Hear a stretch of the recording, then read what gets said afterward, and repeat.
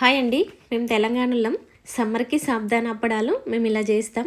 ఒక గ్లాస్ సాబ్దానా తీసుకొని మంచిగా గ్రైండ్ చేసుకొని ఒక బౌల్లో వేసుకోవాలి. దీంట్లో 3 గ్లాసుల వాటర్ కలిపి పక్కన పెట్టుకోవాలి ఒక 10 మినిట్స్.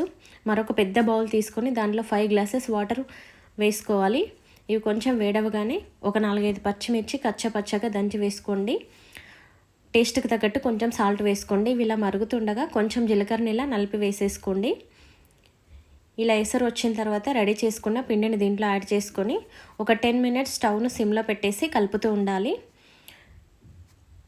సాల్ట్ సరిపోకపోతే టేస్ట్ చూసి కొంచెం యాడ్ చేసుకోవచ్చు. ఇలా కాటన్ క్లాత్ తీసుకొని మందంగా అప్పడాలు వేసుకోవాలండి. ఒక 2 డేస్ తర్వాత ఇలా పల్చగా అయిపోతాయి. ఇవి వెనక సైడ్ కొంచెం వాటర్ చల్లి తీస్తే ఈజీగా వస్తాయి. ఇలా తీసిన వీటిని ఒకరోజు ఎండలో పెట్టి కాల్చుకోవాలండి. చూడండి, అప్పడాలు రెడీ అయిపోయాయి. చాలా బాగుంటాయి. మీరు కూడా ట్రై చేయండి.